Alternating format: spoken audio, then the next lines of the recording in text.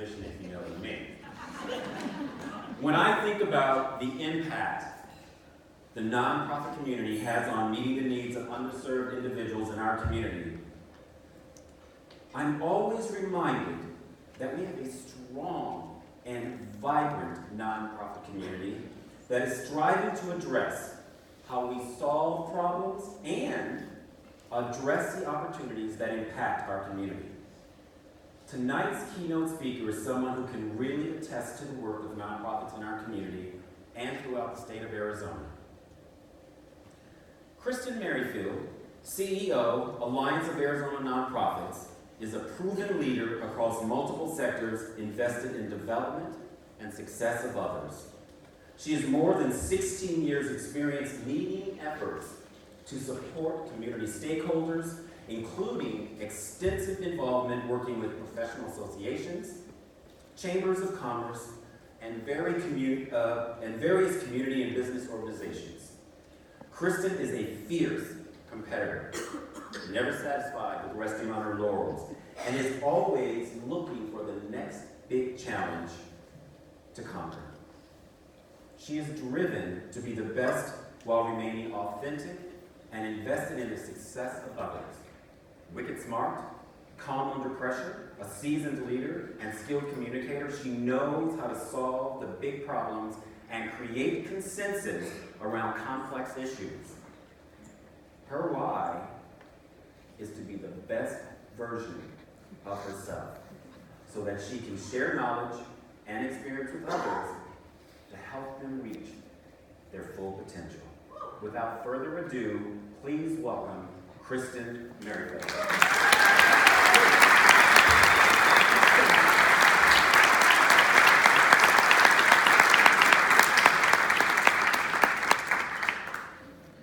I'd like to begin tonight by asking you all to do a little something with me. Are you up for it? Sure. All right, you're a great crowd, I can already tell. But I'm going to ask you actually to take a breath with me, all right? So we're going to all breathe in and then back out. That felt pretty good, but I'm asking you to do it one more time. And this time, when you breathe in, I want you to count in your head with me, all right? So let's breathe in. 1, 2, 3. And then counting again as you exhale.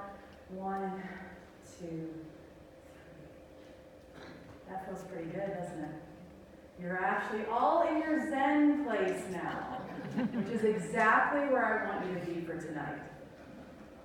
That air moving in and out of your lungs is something that, while we can't see it, it moves us. It gives us that life-giving support that we need to live and to do the things we love most in life.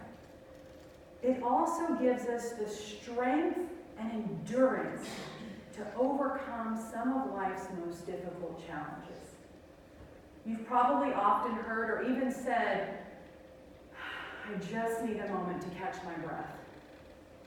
This unseen yet powerful force is always present, yet not often considered until we do what we just did. Take a moment to pause and allow ourselves to focus in on it. Just like our breath, the work of charitable nonprofits is interwoven into every aspect of our lives, from birth, through life, and even in death. The challenge is that nonprofit work is indeed like our breath in that we may take it for granted because we can't see it, and therefore we may not value it accordingly. We often value only the things we can measure, those tangible things that we can see and touch in our current reality. We may not think that we'll ever lose our job or our home, so we may not value nonprofits that provide employment services or build low-income housing or run a food bank. We may not think that we'll ever have a disability, so we may not value nonprofits who work tirelessly to make sure that buildings are accessible. And if you're like me, You may think and hope your kids will never be bullied. So you may not value nonprofits working hard to end bullying in our schools. It's in these moments we realize the most important things in our life can't be measured. Just like we can't count the number of breaths we have left in our lives, we can't value the work of nonprofits until we move beyond just the data and the numbers. It's then we have the opportunity to be moved beyond measure. Popular nonprofit blogger Voulet, who many of you may be familiar with, he spoke here a few years ago.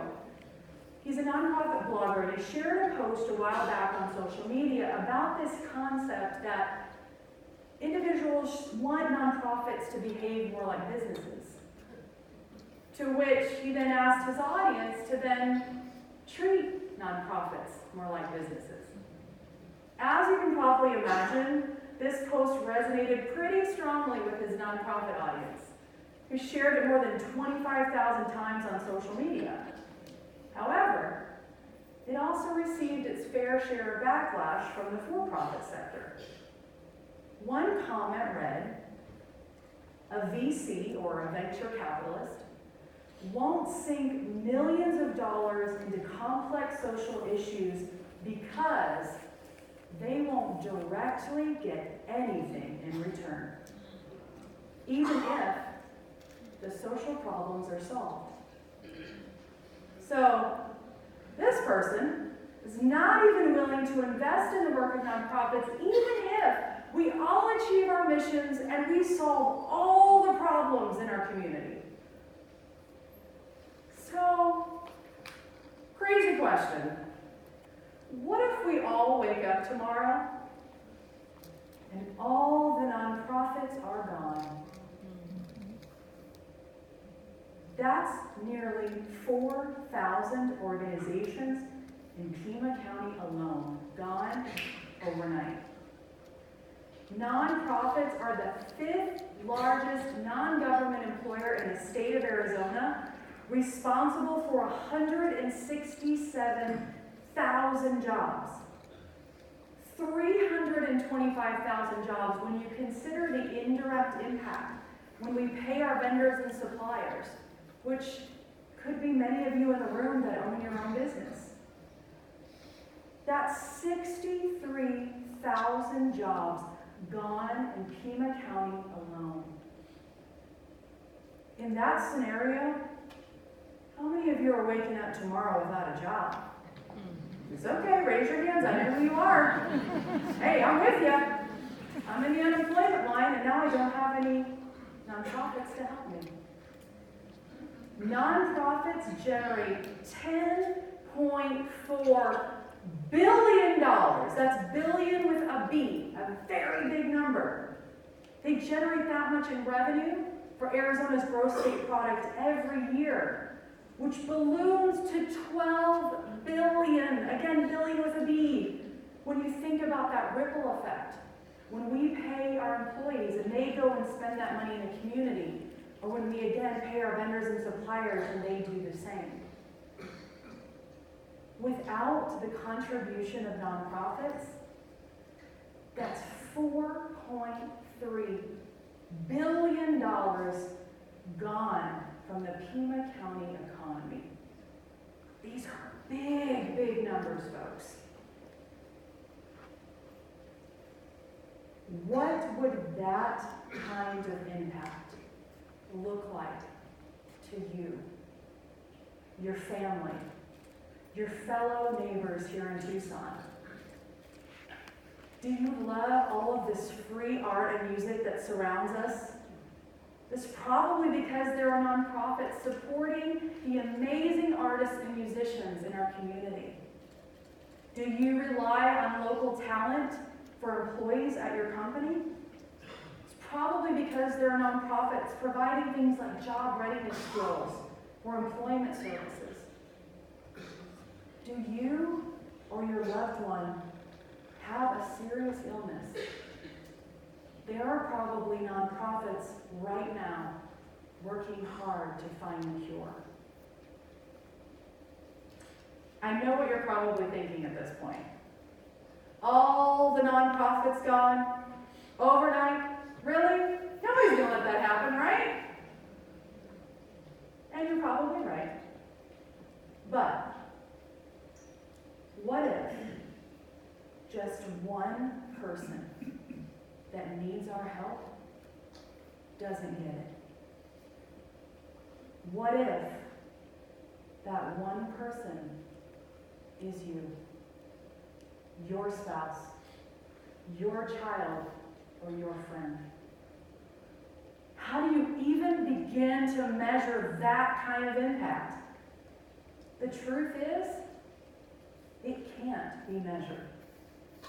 At that point, we are all moved beyond measure to get whatever resources we need for us or our person.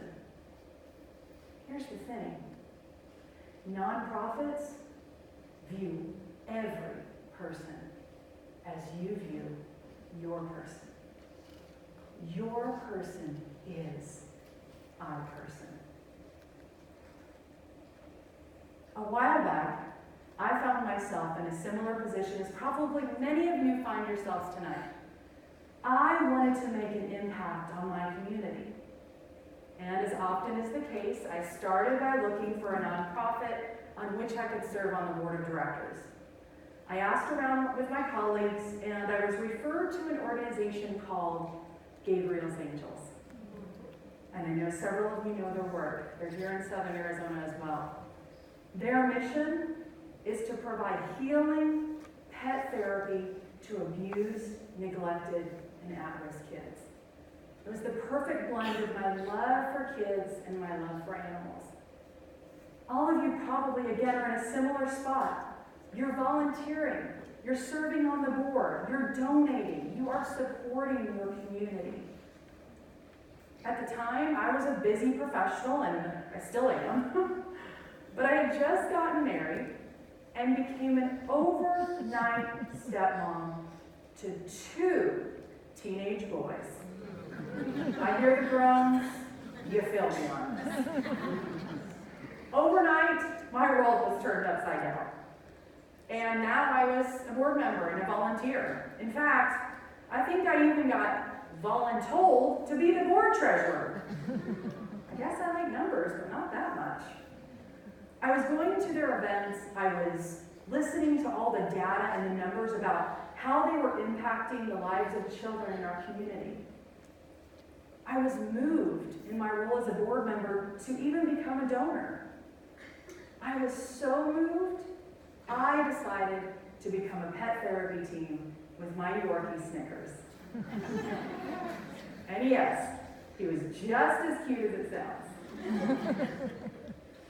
I'll never forget our first therapy visit. Here we were in the car, navigating our way, trying to follow the GPS with little Snickers in his little car seat. And I remember the GPS taking me down what I thought was a very normal-looking street. I was a little surprised because we were going to visit children in a foster home. And I remember driving down the street, and it looked like any street in any city in Arizona. All the houses looked the same, the tile roofs. And we pulled into the driveway, got to the front door, and they greeted us, and we came in, my little Yorkie in tow. And again, I remember thinking, this is a very normal-looking house. In fact, I could still smell the spaghetti on the stove where the kids had just had dinner. But I knew in my heart, this was the furthest thing from a normal family home. All of us gathered in the large living room, and the kids were visibly excited to see what they referred to as the puppy. And Snickers was about 10 years old already at the time. But he only weighed about 5 pounds, so it was easy to see why they called him that. At any given time when we visited, there were about 6 to 8 kids, ranging from about 5 years old to 11 years old. That first visit, though, I remember one child standing out We'll call him Thomas. Thomas was very rambunctious. He's probably what you would call the alpha of the group. And he was definitely high-spirited, did not like to share, especially when it was time to play the dog grooming game on my iPad. And yet, he tugged at my heart. And honestly, I just wanted to take him home. In fact, he reminded me a little bit of my little brother, who also is a bit of a terror, but who I would have done anything for. Then one day, Snickers and I came to our regular visit there at the group home, and Thomas wasn't there. He was gone. No reason, no explanation, just gone. I drove home that night, and my mind could not stop thinking about where had Thomas gone. Was he given back to his parents? And if he was that a good thing?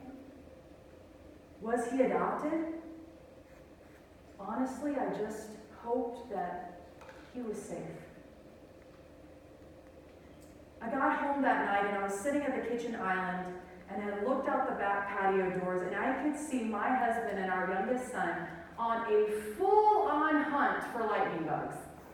They had the jars, they had the flashlights, they were having a great time with each other. I could hear my oldest son down the hallway laughing hysterically at what I assumed was the latest YouTube video he had uncovered. Then it hit me. I was going out and making these therapy visits and meeting with these children, and I was coming right back home to my own blended family, which, if not for my husband and I getting married and having the resources to bring our boys to live with us full time, our boys could have been in a very similar situation. Those kids could be my kids. That nonprofit was caring for those children as if they were their own kids. In that moment, I was moved beyond measure. This became a part of who I was. I was moved beyond my role as a board member, beyond my role as a volunteer, or even a pet therapy team. I was now an advocate for this nonprofit, for these children, for Thomas. And the opportunity to touch just one life was enough for me to support that organization from that day forward. Tonight, we all have the opportunity to be moved beyond measure. We are all empowered to make sure that nonprofits have the resources and the support they need to continue to be there for us when we need them the most. And that just like our breath, we don't take them for granted. And we, as the nonprofit sector, don't take any of you for granted. Here's the thing. What you may not realize, you are the breath of nonprofits, enabling us to continue to do the work and give the life-giving support to our communities that we all need. So, sit back, relax, enjoy the incredible stories that you are about to hear, and breathe it all in. And tonight and every day forward, you have the incredible opportunity to breathe it all back out. Thank you.